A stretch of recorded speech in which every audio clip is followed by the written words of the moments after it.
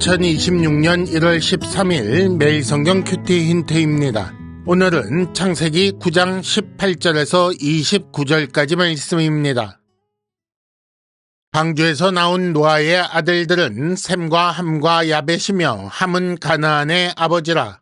노아의 이 세 아들로부터 사람들이 온 땅에 퍼지니라. 노아가 농사를 시작하여 포도나무를 심었더니 포도주를 마시고 취하여 그 장막 안에서 벌거벗은지라. 가나안의 아버지 함이 그의 아버지의 하체를 보고 밖으로 나가서 그의 두 형제에게 알림해 셈과 야벳이 옷을 가져다가 자기들의 어깨에 메고 뒷걸음쳐 들어가서 그들의 아버지의 하체를 덮었으며 그들이 얼굴을 돌이키고 그들의 아버지의 하체를 보지 아니하였더라. 노아가 술이 깨어 그의 작은 아들이 자기에게 행한 일을 알고 이에 이르되 가나안은 저주를 받아 그의 형제의 종들의 종이 되기를 원하노라 하고 또 이르되 셈의 하나님 여호와를 찬송하리로다.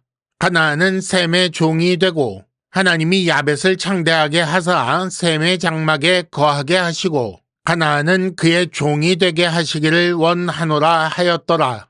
홍수 후에 노아가 350년을 살았고 그의 나이가 950세가 되어 죽었더라. 아멘.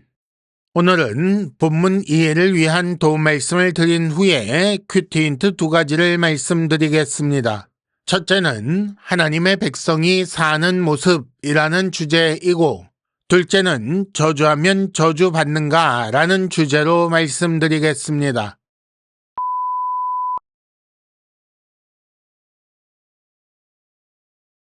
먼저 본문 이해를 위한 도움 말씀을 드립니다.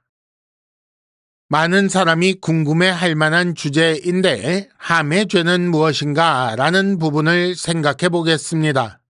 함은 단지 보고 알린 것뿐인데 함에 대한 노아의 저주가 그에 비해 너무 심하다라고 생각하여 혹시 단순히 보고 알린 것이 아니라 다른 짓을 한 것 아니냐 이런 해석이 있습니다. 차마 말씀드리기 어려운 죄목들이 언급되는데 이는 옳지 않은 해석입니다. 왜냐하면 셈과 야벳이 아버지의 하체를 보지 않았다라는 행위가 함의 죄와 대비되기 때문입니다. 그러니까 보지 않은 행위에 대비되는 함이 한 일은 보고 알린 것뿐이라는 말씀입니다. 그렇다면 보고 알린 것이 왜 그렇게 큰 죄인가? 노아는 장막 안에서 있었습니다. 이는 지극히 사적인 공간이며 거기서 절대로 해서는 안 될 짓을 했다라고 할 만한 일이 없던 것입니다. 오히려 함은 그 일을 밖에 알릴 권리가 없는 자였습니다. 함은 상대적인 우월감을 위해 다른 사람의 수치, 아버지의 수치를 널리 알린 것이며 이렇게 부모를 경홀히 여기는 자는 저주를 받을 것이라는 것이 성경의 가르침입니다. 그렇다면 왜 함이 아니라 가나안을 저주했는가라는 것도 생각해 볼 필요가 있습니다. 노아는 함의 죄로 인해 홍수로 해결되지 않은 인간 죄성을 확인한 것입니다. 그리하여 함은 가인의 계열, 하나님께서 주신 언약과 상관없는 자손인 것을 확인하게 된 거지요. 동시에 노아는 경건한 자손 역시 확인하게 됩니다. 그래서 26절에 셈의 하나님 여호와라고 하여 셈을 언약 자손으로 말합니다. 그럼 왜 하필 종이 된다고 했는가? 종은 상속권이 없습니다. 그러니까 함은 언약에 대한 상속권이 없다라는 말을 함은 종이 될 것이다 라고 말한 것입니다. 그런데 단지 함뿐 아니라 대대손손 상속권이 없음을 말하기 위해 그 아들인 가나안을 저주한 것입니다. 그러니까 이것이 화가 나서 저주한 것이 아니라는 것이 분명합니다. 오히려 당대의 선지자로서 후손에게 하나님의 뜻을 알린 것이라고 보아야 합니다.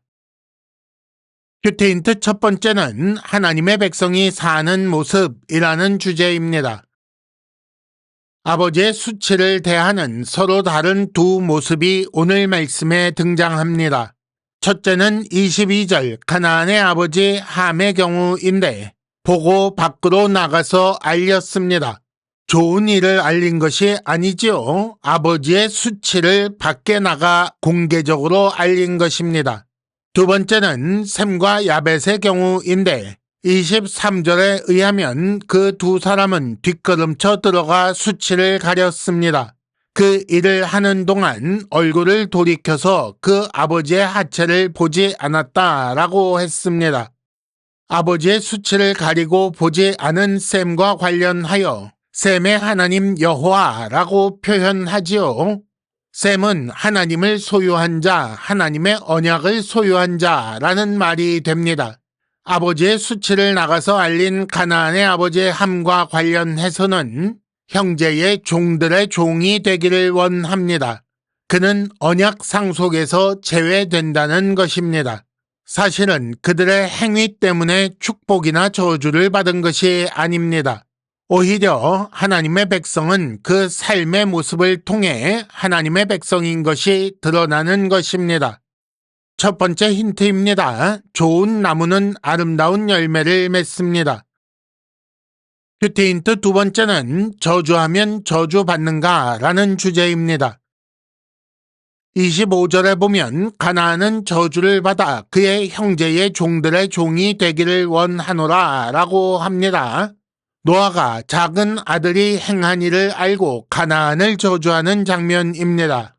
이것을 읽고 어떻게 자기 아들, 자기 손자를 저주할 수 있는가 라고 생각하여 어떤 사람은 경솔한 노아가 과도하게 분노했다라고 생각하기도 합니다.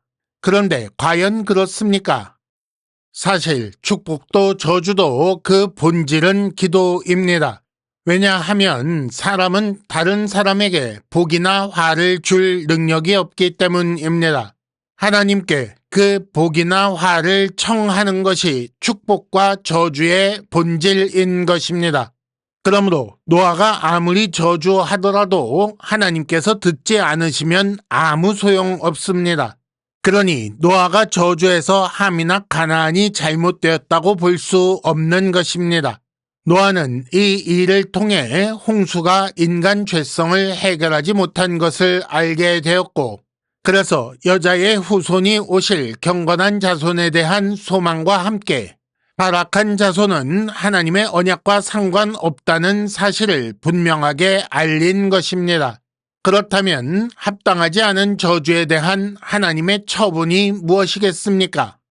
두 번째 힌트입니다. 사도 바울은 로마서 12장에서 박해하는 자를 축복하라, 축복하고 저주하지 말라 라고 하십니다. 이상으로 2026년 1월 13일 매일 성경 큐티 힌트를 마칩니다. 여러분 큐티를 통해 은혜 많이 받으시기를 바랍니다.